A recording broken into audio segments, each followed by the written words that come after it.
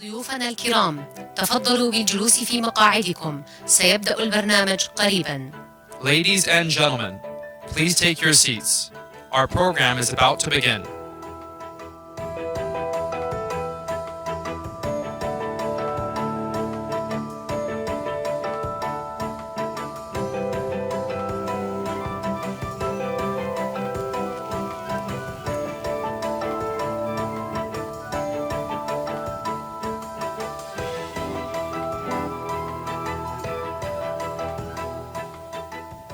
ضيوفنا الكرام، نستمع الآن إلى النشيد الوطني. Ladies and gentlemen, please stand for the National Anthem. National Anthem.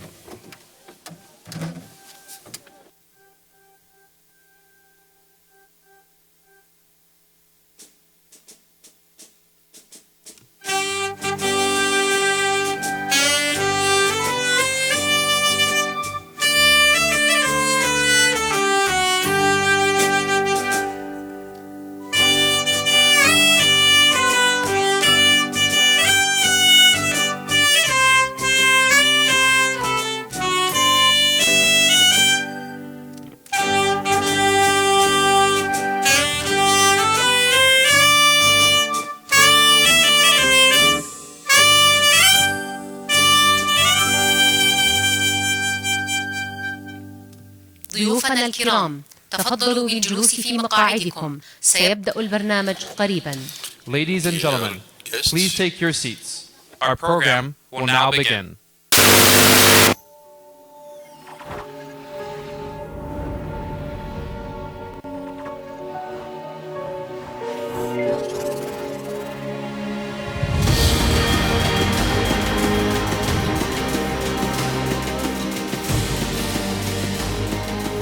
We are leaders, creators, innovators, and thinkers.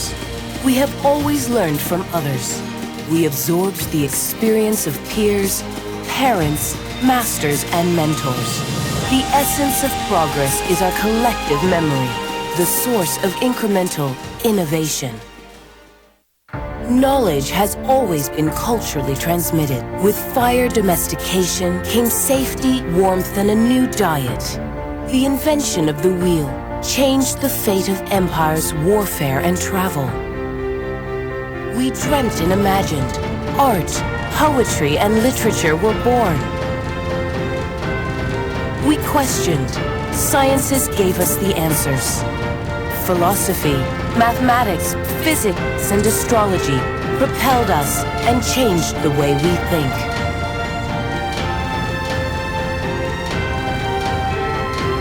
We conquered deserts.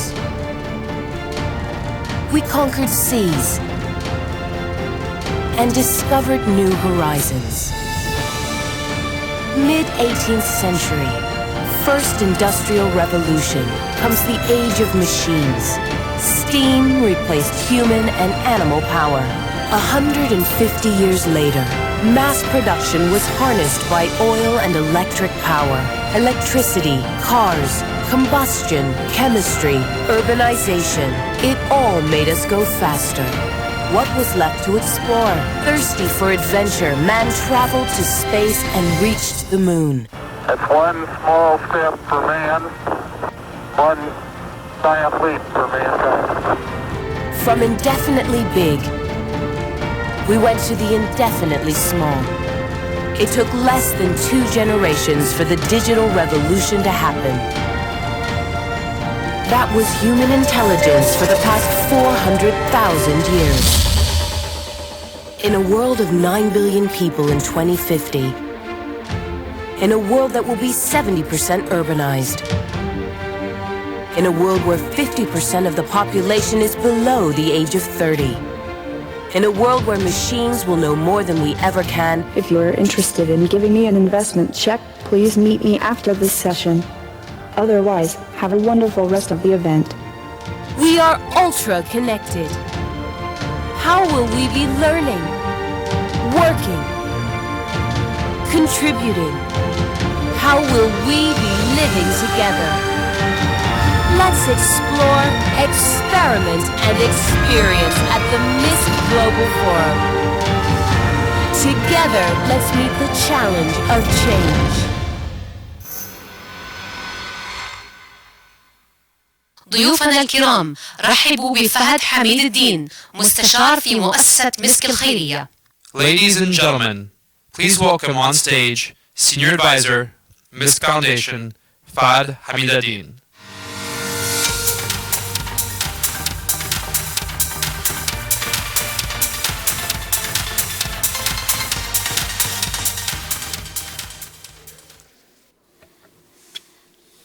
Bismillah ar-Rahman ar-Rahim. Assalamu alaikum. In the name of Allah, peace be upon you. Ladies and gentlemen, Your Excellency, Sayyidati, distinguished guests and friends, welcome to the second annual gathering of the Misk Global Forum. We're here to address the question of our time: how to meet the challenge of change.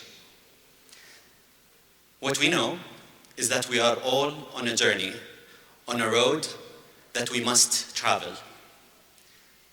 Whether we see the future destination or not, it's inevitable.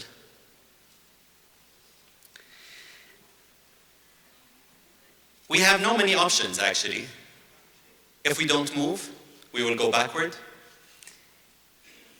And if we don't go fast enough, we'll be left behind. But what really matters is how we see this challenge and road ahead of us. Is it as a challenge or an opportunity? The answer to that question is what is key to how we will well manage or not. So what change are we talking about? It's obviously multidimensional. We all hear about the different technological advancements and other changes around us. So it's complex and maybe hard to define. But it's definitely clear that what was going well for us in the past, for business, governments, and people, is not necessarily going to be sufficient going forward. But what was important is to look at how the youth look at this road ahead. So what we did is we commissioned a global survey to look at the future through the eyes of the youth and see, and I'm going to share with you some few areas of what we found. So take one, technological advancement. Yes, the Industrial Revolution on its rush to automation is actually creating a threat for jobs.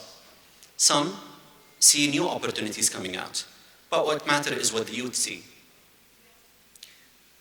What we found is that collectively, they see a surge of new creative industries on the rise. They see new ways of working and much more. When we looked at dramatic climate change,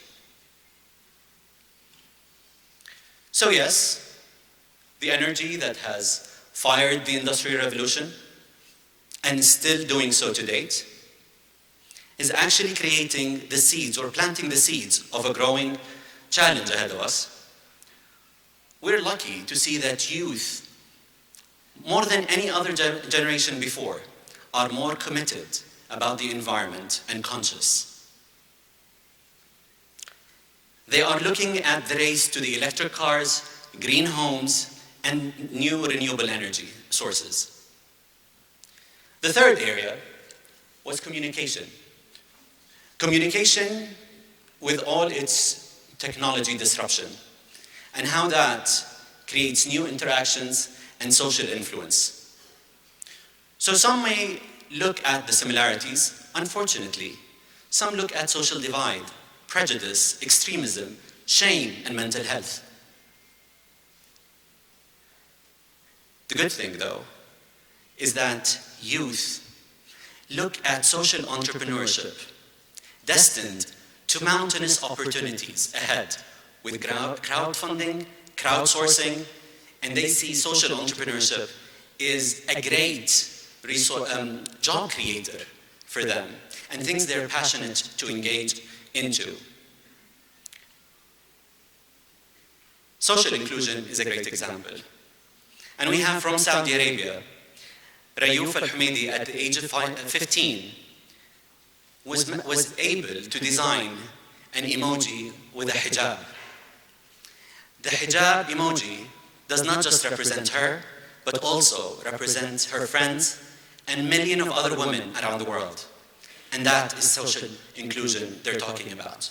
That is the optimism in their hearts. So many of you may ask, why is this global dialogue coming from Saudi Arabia? Whether here in this room or across the borders, across our nations, or watching us on screen, we might be known by being the capital of oil. But what we like to say is that we are the capital of a new, immense source of energy. It is our young people. With over half our population below the age of 30, you can imagine what opportunities could be created through them. So empowering them is the way for Saudi Arabia. And we in Saudi Arabia are embarking in a phenomenal change for our country, Vision 2030. And who is best to exemplify empowerment of youth than the custodian of the two holy mosques, King Salman bin Abdulaziz, who developed and empowered his son, our Crown Prince Mohammed bin Salman, to take charge of the new reform agenda that we all need. So Misk is not any different, and our agenda and as a nation is reflected on Misk's vision. So with our mission being solely focused on discovering, empowering, and helping youth to be active participants in the future knowledge economy, this foundation was established in 2011 by the Crown Prince, Prince Mohammed bin Salman bin Abdulaziz. And we know that such endeavor is a global concern. So we take this agenda through this ongoing platform, the Misk Global Forum, to the world. And we call on partners and experts to collaborate. And we are honored tonight to see partnership coming across through a great philanthropist and one of the most foremost innovators and altruistic entrepreneurs that mankind has ever known. Mr. Bill Gates will shed some light on an initiative that Misk Foundation and the Bill and Melinda Gates will be launching. So what are we saying? So if the Misk Global Forum has one call for action, it would be, let's hand the steering wheel to the youth. And I don't mean men alone. Let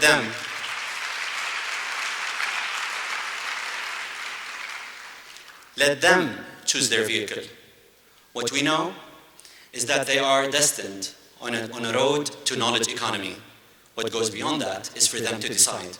We need to help them. We also know that if they have the passion, excitement, grit, and commitment, there is a lot we can achieve. But to all of us here and all of us watching, I can say if we, together, focus on innovation, collaboration, and more importantly, global responsibility, we may not know where we go or how far we do, but we are definitely destined for a brighter road ahead. Thank you very much. Assalamu alaikum wa rahmatullah.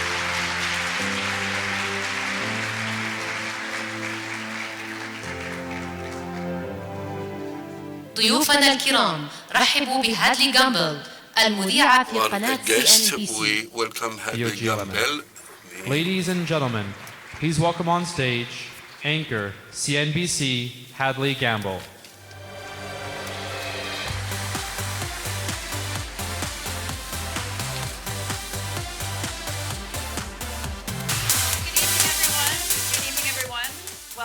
Excellencies, ladies and gentlemen, all of you, welcome to the second annual Misk Global Forum. Over the next 3 days, 3,000 young people from around the world will be gathered here in Riyadh. They're going to be talking about how to build a 21st century community.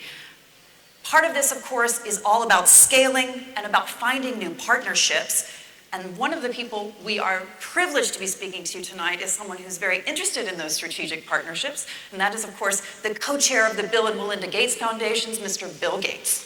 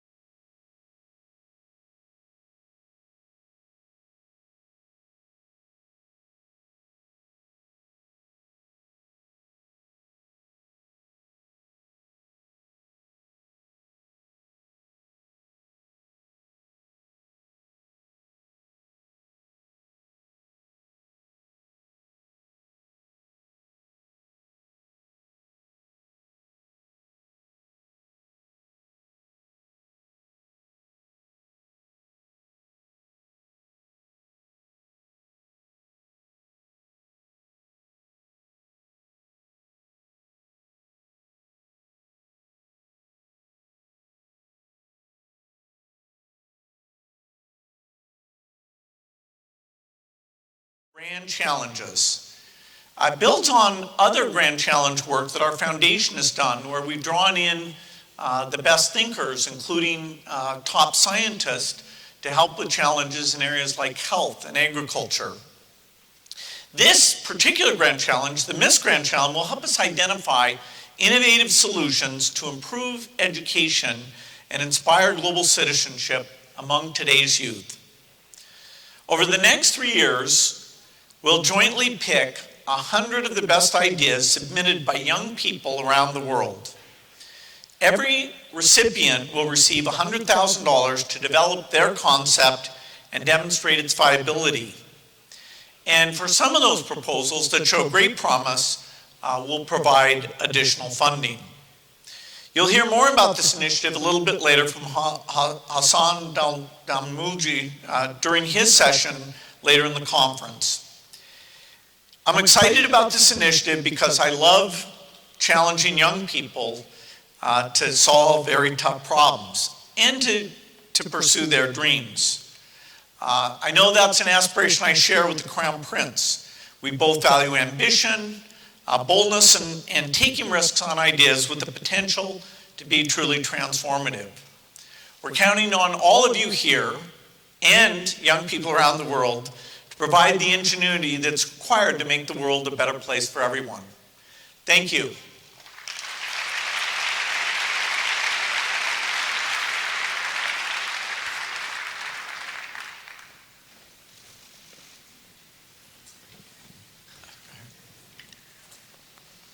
Bill Gates, it's exciting to sit on this stage with you and talk with you once again.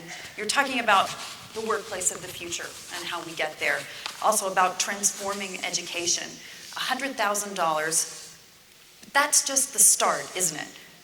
How are you going to use such an ambitious goal to create this 21st century community?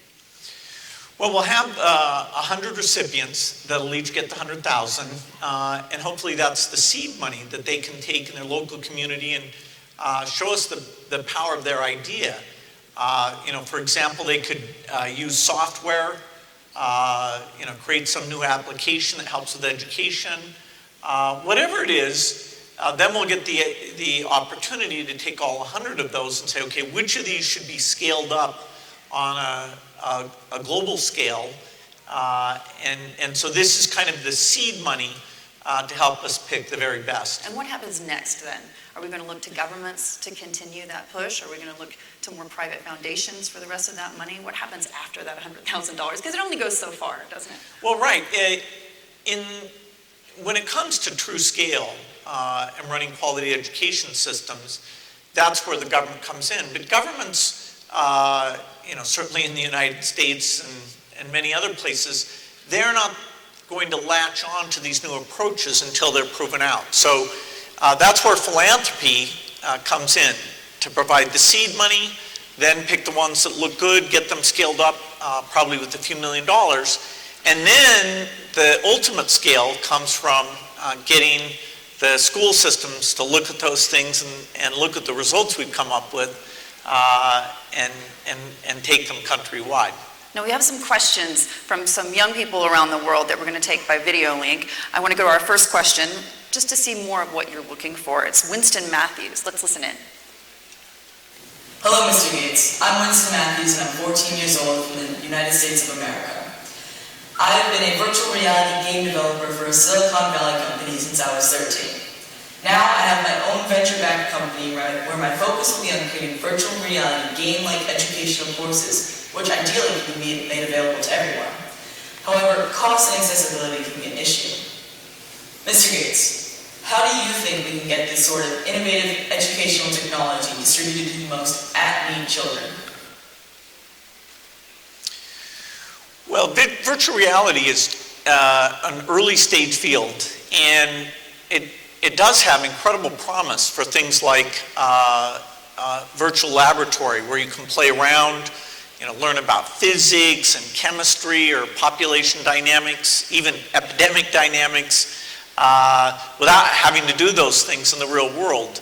And so the ideal is that we'll grant the money for those things to be developed, and then that the equipment you'll deliver it on will come down in cost. In fact, some virtual reality you can do today just by taking a classic cell phone and using that as your 3D viewer. The cell phones will be getting better and better, the resolution, the performance. And so eventually every kid who has access to a cell phone should be able to engage in these virtual reality experiences. Particularly in the sciences, I see that as making the learning far more interesting and full of information. So you see virtual reality then as something that in the classroom is only going to grow in terms of its uses? Yeah, in places like, teaching anatomy, it can be very boring, or teaching, organic chemistry. Unless you can kind of visualize those things, try different things out, then it won't draw students in. And, education's often about not only realistic models, but making it highly, highly engaging. And so this is just the beginning. I mean, he's kind of the right age to be one of the first of a wave of virtual reality developers. Let's listen into our second question. This is from Sandy Tien.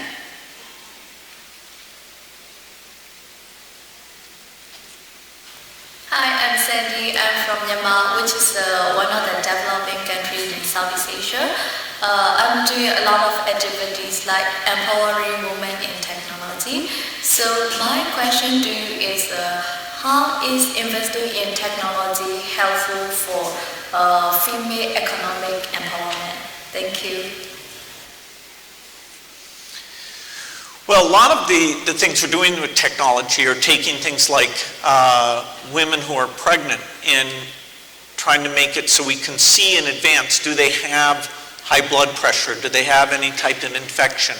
If we see, through very cheap, rich ultrasound, is there some challenge? Then they can get referred up to the medical level so that they can be safe. So many of these interventions, whether it's to cure malnutrition or anemia, are particularly important for women. We also often, there's a saying that one of our partners has, which is that they say poverty is sexist. That is, in a poor household, the person who's in the toughest shape is the woman. She's having to deal with so many different challenges. And so we can have technology that are specific to helping women, things like childbirth, and in general, as we use technology for economic development, then we can see that gender equality improves dramatically as we move up to that middle income level. So in both ways, we're going to be able to improve the situation with empowerment. Our third question is from Mishal Harasani. Hi, my name is Mishal Harasani. I am a Saudi inventor working at King Abdulaziz University in Saudi Arabia. I invented more than 40 innovations in different fields. Mr. Bill Gates, what would be your advice to Saudi youth to encourage them to follow your path in helping overcome development challenges? Well, there are so many challenges out there. If we look at high quality education, we thought just getting the internet there would help with that, but in fact still today very few people are getting a better education because of digital, so that's still to be solved. If we look at health today, getting vaccines out to all the world's children, making sure their diet is nutritious. Even in areas like energy, if you go to Africa, there's this incredible energy poverty. In fact, the population growth is so high that there's actually less electricity per person today than there was 20 years ago. And so the opportunity to innovate, to help make better seeds, to make better drugs or vaccines, to make better educational courseware, or even just to use something like a cell phone to make a healthcare worker do a higher quality job. So they're really going through all the best practices to help out patients, because we're not going to have doctors for everyone. Those are all things that if I was young today, I'd be very excited about working on. This is a great time to be young and have a technical background like the person who asked the questions does. They'll have a lot of ways that they can have big impact. When we talk about that digitization, you're saying it hasn't really gone as far as it could yet. Could you elaborate on that in terms of what governments are going to have to do to keep up with the private sector?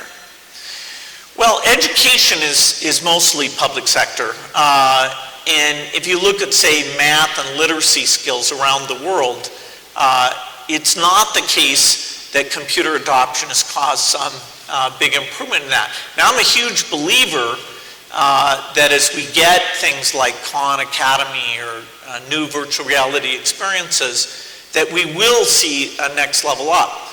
You know, today some of the more curious students are going to the internet, and so it's actually helping the better students in some ways. But for the average student who doesn't know, why should I learn math? You know, why should I learn all these different science topics? We're not yet drawing them in. And so, you know, it's got to be possible. It's really a content problem that the next generation will have to solve. And our final question is from Tatiana Selua. Hi, Will. My name is Tatiana, and I send you this message from Brazil. I am a member of the Water Youth Network, a global community that promotes youth cooperation to improve the water situation in the world. I'm also the co-founder and director of projects of Favela, a non-profit that helps people living in the slums to model sustainable enterprises and take the lead in local transformation. And I have a question for you. What I want to know is, can you give us examples of big data being efficiently managed to reduce the inequalities of the world? Yeah, this term big data, refers to the idea that we can capture so much more information. So for example, we're trying to understand why some kids grow up very healthily and why some kids never fully develop. They're stunted, and neither physically or mentally are they fully developed. And so we've gathered data about 1 million different kids and their growth path to try and understand, okay, when did they falter and what was going on at that time? What, in terms of their diet or disease, what was going on? And so this, what we call healthy birth and growth database is a perfect example where big data is giving us these new insights. Another example is that we took the genetics from a company, 23andMe, and we looked at women who'd had premature delivery and women who had not to try and see, was there some association. In fact, what we found was that the women who were missing a micronutrient called selenium had about 5 times the risk of having premature delivery. And that was a new insight that people hadn't expected. And only by having hundreds of thousands of data points could we see that pattern that your risk was so elevated in that case. And so, particularly in the area of genetics, but more and more in the future in terms of delivery science, in terms of which teachers are doing things well, which primary healthcare systems are doing things well, which new seeds are better for farmers, we'll be able to gather that data so cheaply that the idea of continuous improvement will actually become practical. We've talked a lot about the benefits of technology and the benefits you've just mentioned about big data and virtual reality and the possibility even of reaching a real gender equality as a result of these technologies and these technological innovations. But Bill, there are big questions about how technology will affect us longer term. Artificial intelligence, for example, even Stephen Hawking has come out and warned that it could be bad for humanity. How do you address that? Well, we need we need to solve these infectious diseases. Amongst our goals are eradication of a lot of the top killers like malaria and HIV. We need to help healthcare workers do their job in a better way, so the kind of training and monitoring we can do digitally is far better. And so society still has a shortage. We're not taking care of older people. We don't have the kind of small class size that we'd like to have. And so the same type of thing that's gone on since the Industrial Revolution, where we get more productivity, and we even say to ourselves, okay, now what do we do? Well, the economy, these demands to help out the handicapped, to help out the elderly, those demands are still there. So as we free labor up from things like manufacturing, we can shift it to some of these very human-centric needs that it's unlikely the software will ever solve those. And those are jobs that are quite fulfilling. Now we have to train the youth on the right skill sets to match those areas, or even to have sort of continuous training for that dynamic economy. But we live in a world of shortage. And these advances will help us take on all of the tough problems, including disease. So you think the benefits of technology still far outweigh the risks? Yeah, if you go back 200 years ago, the average lifespan was 32 years. And so we've more than doubled the average lifespan. Just in the last 25 years, we've gone from 10% of kids dying under the age of 5 to 5%. Well, even that 5%, that's still 6 million kids a year. And, we have so many different diseases. And so, yes, people should feel good about getting involved in invention and innovation because we can actually accelerate. We can improve things faster in the next 25 years than we have at any time in history. Are there any pitfalls that you could identify in terms of the growth of technology, the pace at which it has gone, in terms of how it's impacted governments and people's lives? So certainly it's changed over the last decade, even in the last couple of years. Well, if we're not careful, technology will actually accentuate the difference between the well-off and the poor. Because if it's expensive, if you learn about it only in a rich country school, then you'll have the difference between the well-off and the poor people even worse. And that's partly why that's one of the Youth Grant challenges, is to think, okay, how do we make technology an equalizer? How do we get it out even to, say, poor countries in Africa? And only if the people who are engaged in technology have that idea of equality as a goal will it happen. Now, the natural course is that you just design it for the place where there's the big market. And, so the same problem we have that, who's going to pay for a malaria vaccine? That kind of science won't be done unless philanthropy and enlightened governments come in to help with that. So there are pitfalls. Some people worry about their kids won't go out and play too much because they're, playing too many video games. And so parents have to have some judgment. There's issues about privacy.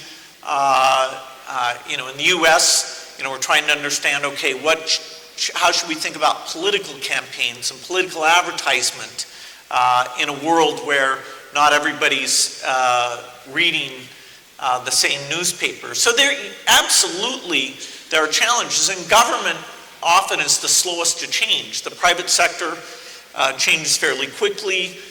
Government is having to think, okay, how should we think about this? A good example of that is that we're bringing what we call digital money to lots of countries, so that instead of having to go to a bank and pay very high fees, you can simply transfer the money on the cell phone. Well, that forces the bank to think, okay, what about somebody attacking that system? And, can you use that for money laundering? And, okay, how should we as the central bank be able to oversee it and make sure that it's reliable and that we could spot patterns where people might be transferring money illegally? And so, yes, government needs to get engaged. Now, if you train youth, if you get youth into the government, they can help make that transition. And in terms of what we're seeing happen here in Saudi Arabia with the Vision 2030, this is the second annual Misk Forum, 3,000 young people coming from all around the world to Saudi Arabia to talk about technology, to talk about the future. When you look at this more broadly, how could you take this program and make it even more effective in terms of a 21st century global community? Well, I see the excitement that young people have as they learn about where technology is today, and they think, okay, how could we take it even further? And part of the beauty of Misk is it's bringing the best ideas from all over the world, including people who are coming here to this forum, and it's saying as its first priority, hey, to Saudi youth, learn the technologies, know the technologies, help us take advantage of these technologies, and in some cases actually take that technology to the next level. When people think about Saudi Arabia, they mostly think, okay, that's a country with oil, it's a country that's done super well. This idea that the leadership is saying, okay, that alone's not enough. We can't just be an oil country and our greatest resources, in fact, our youth. I think that's a very refreshing message. Now, drawing people in, getting that out to the school system, getting parents to think, okay, this is great, we should encourage our kids, even, help them have access to the technology. I don't think it's an easy overnight thing, but the first time I sat down with Misk, this idea of, okay, what about youth, starting with Saudi Arabia, I thought, for the future of this country, that was very, very enlightening. Bill Gates, I want to thank you so much for joining us.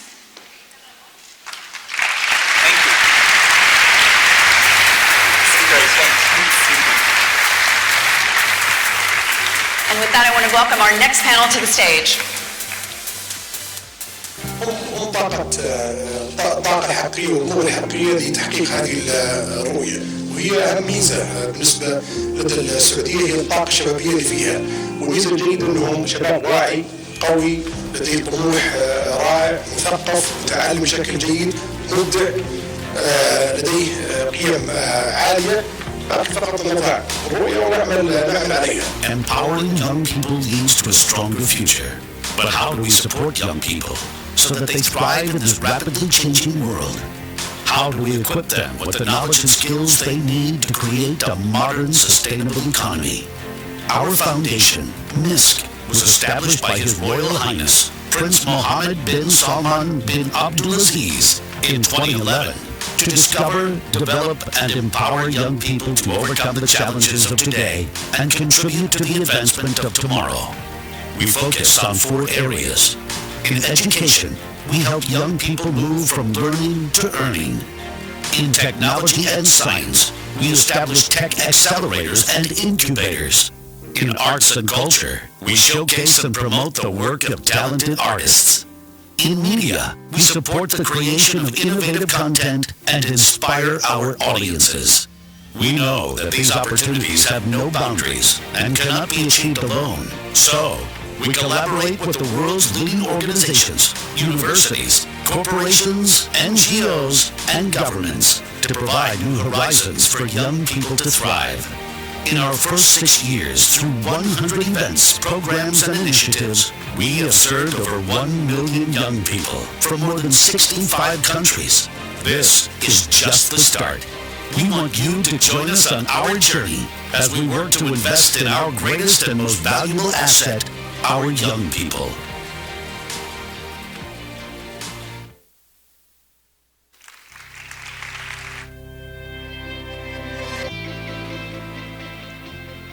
His Excellency Khalid Al-Fallah is Minister of Energy Industry and Mineral Resources of Saudi Arabia. His Excellency is also a founding member of the King Abdullah University of Science and Technology and sits on the board of directors of the U.S.-Saudi Arabian Business Council. Nadeem Bosch is an expert in web and mobile user experience and usability. As a product management consultant in Dubai, he specializes in innovation, growth, and engagement. Dr. Klaus Kleinfeld is the CEO of NEOM, a free economic zone stretching across Saudi Arabia, Egypt, and Jordan. NEOM's vision is to create a new society in the global hub of trade, knowledge, sustainability, and innovation. Dr. Kleinfeld is an honorary senator of the Lindau Nobel Laureates Meeting and on the board of trustees of the World Economic Forum. Sarah Al-Shawab is the senior director of the Albright Stonebridge Group, the global strategy company advises multinational firms, financial institutions, and nonprofit organizations on corporate strategy, market entry, and regulatory approaches, government relations, investment assistance, and dispute resolution. Tatiana Vorobieva is a microfinance industry executive with over 10 years of experience in investor relations, compliance, and corporate matters. She is currently pursuing an MBA degree in business and entrepreneurship at Prince Mohammed bin Salman College in Saudi Arabia.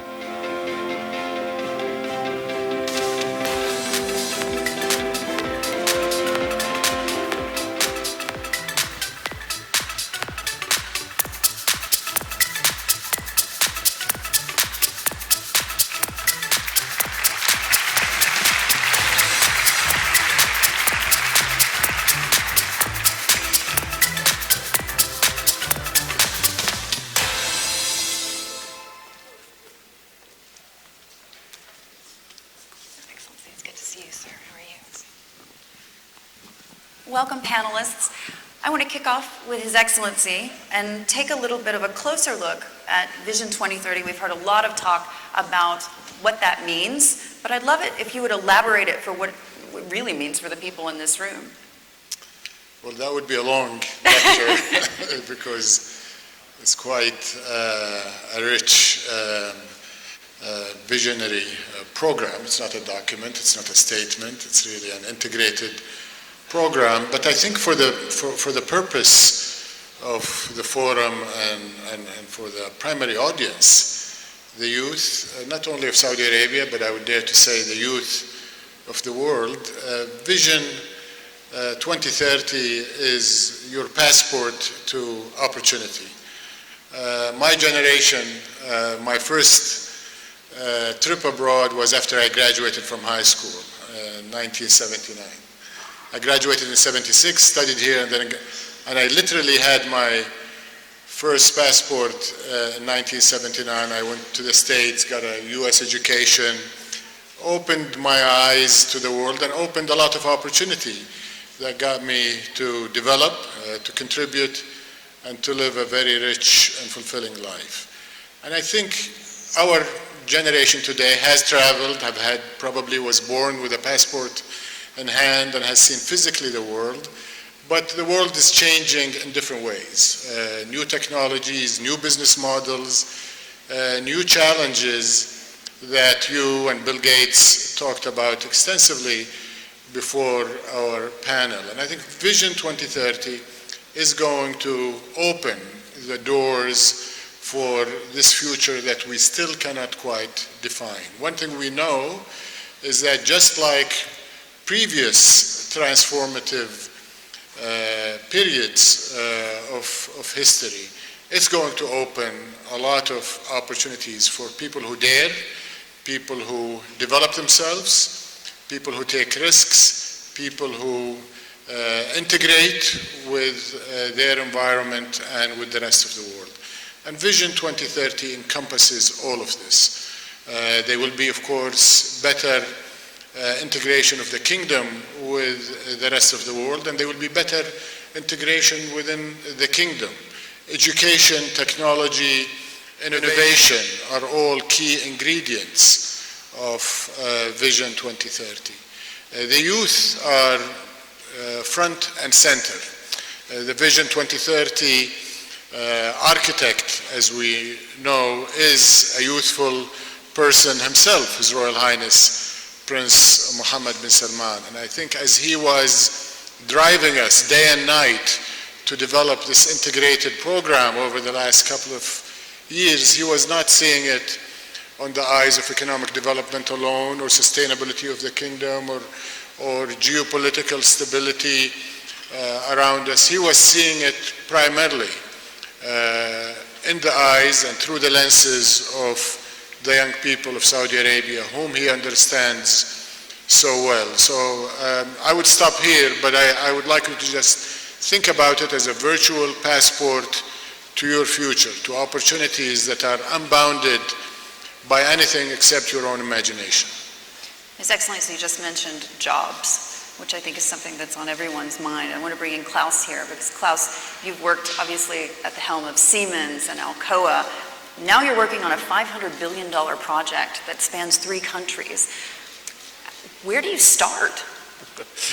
Well, We start with a great vision that connects perfectly with what His Excellency Hadi just described for Vision 2030. And then the interesting thing is, the vision is one thing, but then how do you put a vision into reality? And I think that timing is an important aspect in it.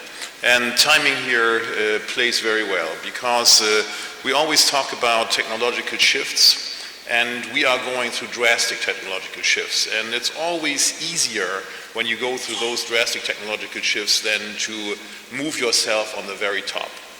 And I see the vision, I'm going to talk about it, as big as reconnecting to the times when this region of the world was the epicenter for the world in terms of scientific and cultural development. And when you see what the opportunity is here, and we are going to work as hard as we can in NEOM to bring a lot of this here, this is the greater vision. So we're going to try something to bring two aspects together that I would say everybody, not just the youth, but certainly the young people, aspire to. I mean, who wouldn't want to live in a beautiful place? In a beautiful place where you don't just have to work, but you can also enjoy. And where you are living with nature, in nature that's not destroyed by the industrial age, you know? So that's one big thing. That's why we call livability is at the core of NEOM. The second thing, however, is we all have to make a living. So we also want to make a living, and we want to have great economic prospects. So to bring these two things together is what we are trying to do in NEOM. Now, we got given an environment that truly, I mean, when I saw it, I mean, I was taken by it. I mean, it is 26,500 square kilometers, right? Start with this. It's got almost 500 kilometers of beachfront. It got mountain areas, desert areas. The mountains go up to 2,500 meters. So those are just something. Coral reefs, untouched coral reefs. It also got nice wind. Wind blows more in the evening. Sunshine intensity is the highest in the kingdom, you know, so what does that translate into? It translates into we can build a place that is going to be 100% powered by regenerative energy, right? So those are things that we are going to bring here, and I could obviously talk about many other things if you allow me to. I want to bring Sarah in here because you were born and raised in Riyadh. You've lived in Saudi Arabia for your life. The question, of course, is how does this translate to jobs and gender equality? Bill Gates was mentioning this, how technology can bring gender equality. Half the people in this room are women. What are you looking for from something like NEOM?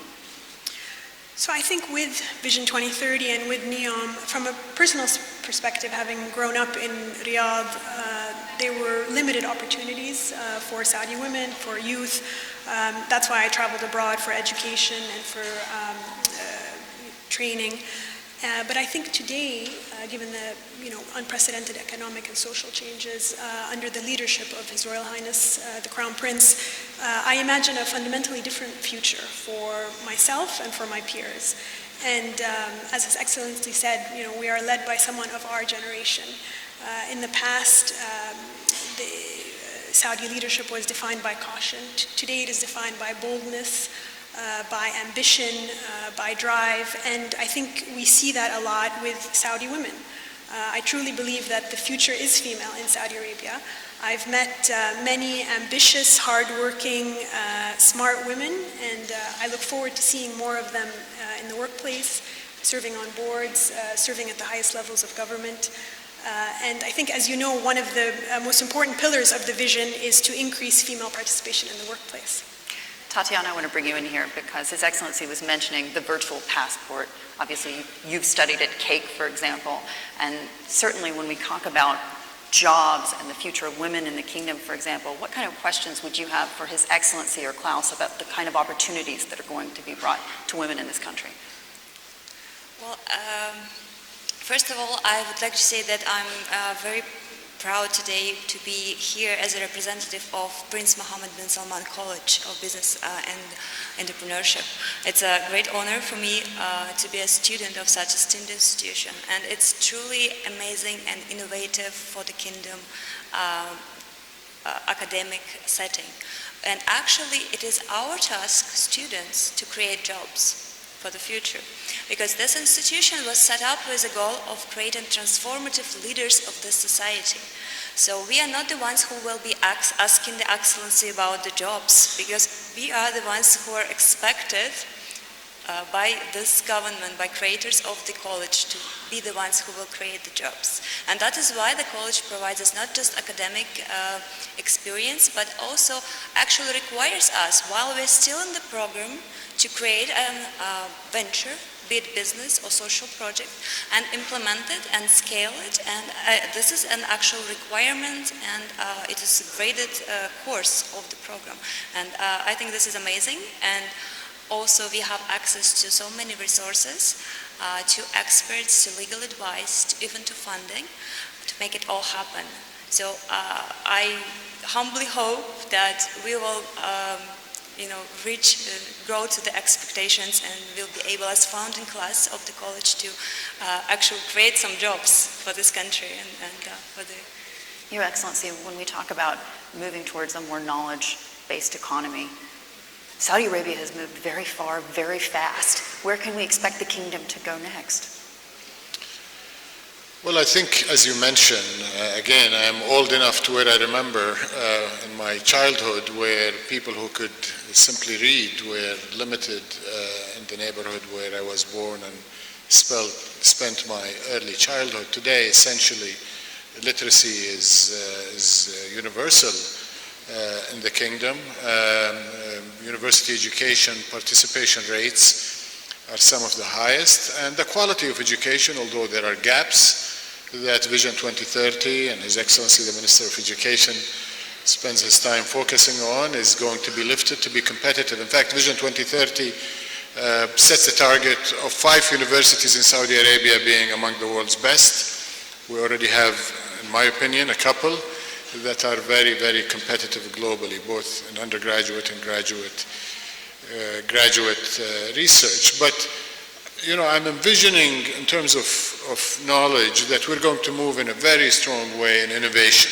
It's not just about knowledge, imparting knowledge through education and people knowing what are the new technologies, what are the new sciences, but putting them into practice and putting them into business. And as I was listening to Bill Gates during the session, I was asking myself whether in my lifetime I will be seeing people like him amongst the people here in this room and their peers across the kingdom, who will take ideas, innovations, discoveries, and put them into the business sphere and scale them up. And perhaps his initiative with Misk that he announced today, the grand challenges for $100,000. We also have programs like Badr by the King Abdulaziz City of Science and Technology. I know there was an app, for the Apple phone that Prince Turki supported called Saraha, which I think for a long time was the most downloaded app, and it's developed by a young Saudi. In fact, I know his family, and he's just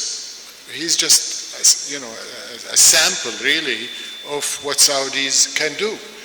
So I think with more and more of our young people being supported, being empowered, being sponsored, and being financed, and having venture capital, having business incubators like we saw in the Misk introductory video, and many other organizations that are trying to do the same, I envision that in 20, 30 years, you will see an economy that's driven by Saudi entrepreneurs who brought transformative ideas, who dared to be different and challenge the status quo, and who created change in society, change in the global economy, and hopefully have not only become very, very rich like Bill Gates, but have turned that wealth back into society like he has done so well through the philanthropy he leads.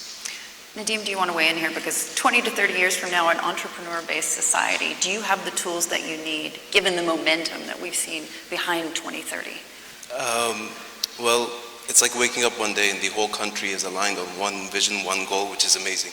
So we're all sort of addressing one set of performance KPIs. Every organization I've interacted with is waking up and saying, okay, this is what we were doing, this is the vision, this is what we should be doing, helping the entrepreneurs out there. And when I started about 4 years ago, when we started the company, it was very difficult and we've been through some really hard times.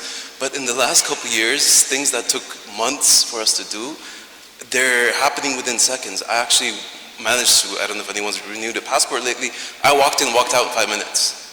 That was, I had canceled the entire day for this trip, and this is just from a personal perspective in life over here. But from a working perspective, we have, the youth is so excited about technology, and now with making access to education to technology, making it easier, we have new people coming in as volunteers on a daily basis saying, okay, you're a startup, we don't have money to pay us that in much amounts, larger than our team, but hey, can we contribute to some of the design, can we contribute to some of the programming, some of the apps that we're doing? It's, and what we're trying to do is, I think one of the things that I love what was in the vision was at almost every touch, every point, every aspect of it, we're touching on getting feedback from the people and the citizens. Now, getting feedback from the people and citizens is so important because this is sort of the essence of design thinking. And putting the user, giving a good user experience or citizen experience or customer experience all comes down to putting the user in the very beginning of it, at the heart of it, and embracing failure. This is one of the things that I haven't seen, and we wake up, and I read a quote in a book recently that says, I eat failure for breakfast. And if we take this perspective on, look, we're trying to achieve this, let's just move forward, let's just move, act quickly, build things, quickly learn. If we reduce the feedback cycle of learning, entrepreneurs will be able to move faster, fail faster, and learn faster, and then build something better for the next step. So one of the things I'm really excited about is design thinking coming up in almost every aspect, and even in Misk, we practice design thinking. It's been really exciting, and this is the most exciting time in Saudi Arabia to be part of the youth. You're talking about embracing failure there in terms of being an entrepreneur, taking risks. Klaus, if you want to weigh in on this a bit and talk to us through, how are you selecting your leadership team when it comes to NEOM? Because this is a massive project. A lot of questions and a lot of excitement surrounding what this is really going to look like. Well, the leadership team is massively excited, and frankly, we have been working on this, and even before I joined, for quite a while, The coming out a few weeks ago was a big thing, and since then, we've been swamped in every respect, in a good way, swamped with requests from people who want to join, swamped also with requests from companies who want to join, and that's a very, very good thing, because one of the things that I see is we want to be as open as possible. We want to make this a place for pretty much everybody around the world. All great talent should be coming to NEOM, and we want to make sure that innovative companies, startups as well as large established ones, will play a role. So one of the things that we will be doing is looking for partnerships with universities, partnerships with companies, and basically use the ecosystem that these folks already have developed to basically grow. At the same time, my message is very clear. Whoever wants to contribute and join, please, look at our LinkedIn page, and send us a note, We are building up the team, and we need a lot of people to work on it, to get it going. At the same time, we have clear priorities. As it is, this is an empty land, So we need to make sure that the infrastructure comes in there first, So one of the exciting things is, in terms of breakthrough innovations, is regenerative energy has made a large leapfrog, So we can use this as one of the starting points. We would be the first one place that really is fully regenerative energy powered. That's a big deal, The other thing is when you look at mobility, for instance, how do people move around? We have two concepts. One is we want people to walk. It's clearly proven that children that walk in the morning to school or have some activity when they go to school perform better at school.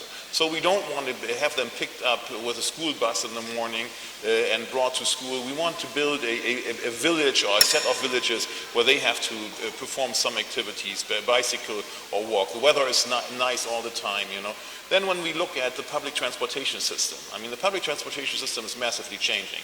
We think of automated vehicles, basically electric vehicles, and point-to-point transportation. So you basically can, at the fingertip of your cell phone, you call the vehicle, it picks you up, and brings you to the other point. We also think that once we get going, there will most likely be an option also to go into the third dimension. So basically passenger drones, and this is when some of you who were here a few weeks ago when we had the international conference Future Investment Initiative, we saw a prototype of this. So this is pretty close to being prime time. A thing that's holding it back is the regulatory environment. We have been giving regulatory authority by His Royal Highness, the Crown Prince, so this allows us to bring innovative technologies into the kingdom faster. And I could go on and on. There's a revolution going on in food, and we can talk about that also.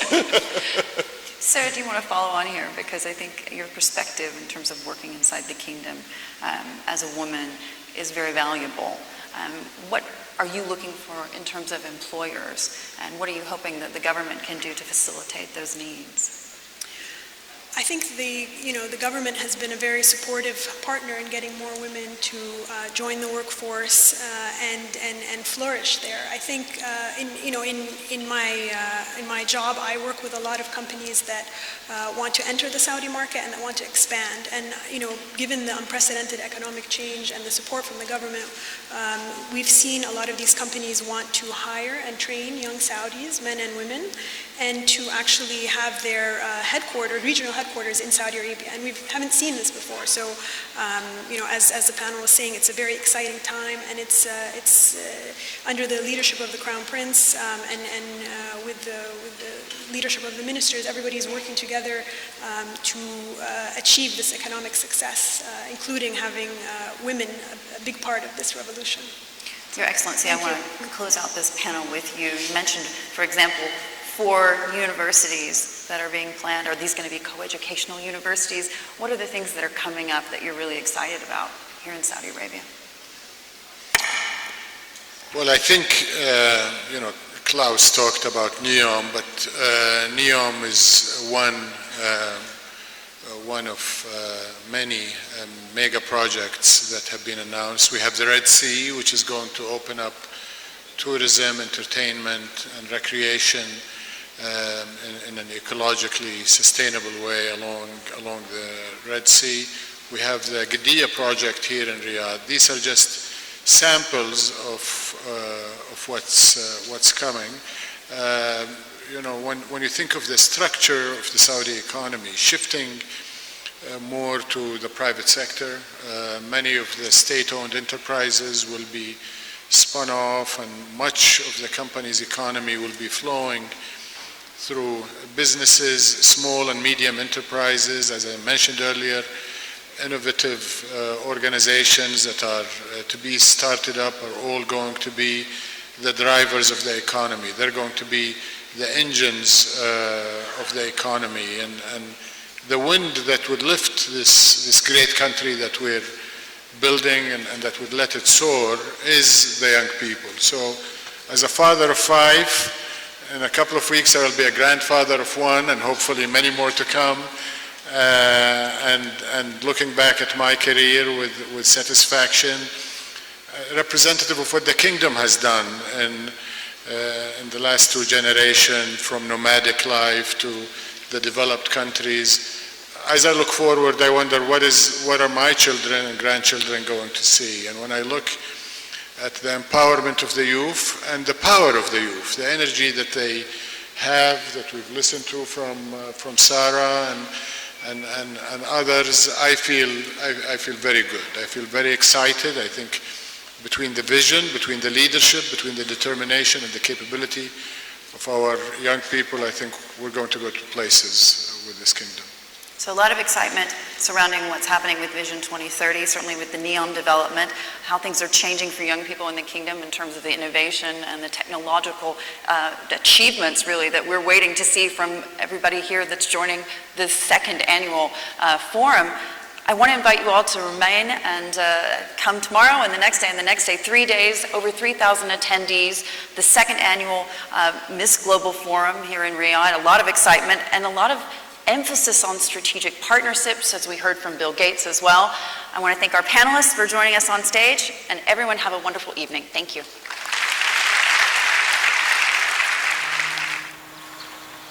We are who we are.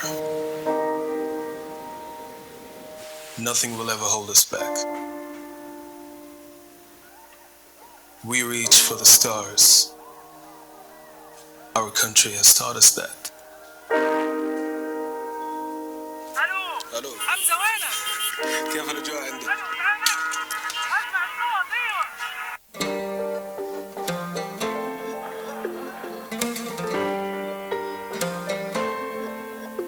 We are who we are. Nothing will ever hold us back when we reach for the stars. How you doing, guys? Our country has taught us that we are who we are. Nothing will ever hold us back. We reach for the stars. Our country has taught us that. And when the world that's about you. When I think of home, I think of the generosity. The family gatherings, the humble hearts. These are all the things that I love. see the world through our eyes. If only for a moment you will always realize that love. There's no place we'd rather be on this earth. So come celebrate our unity.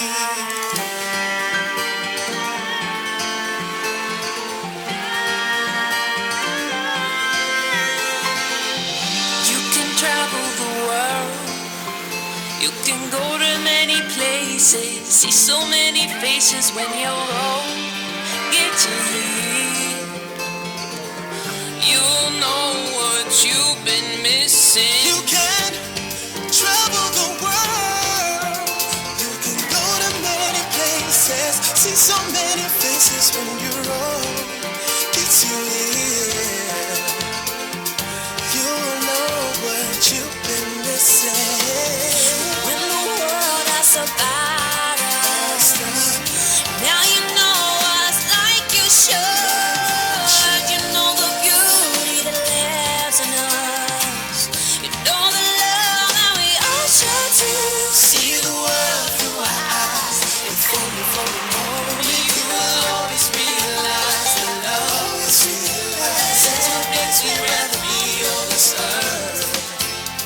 So come celebrate our unity. Come celebrate our unity.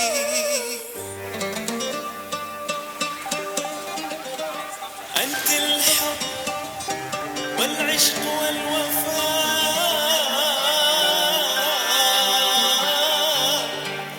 والوفاء يا بلادي.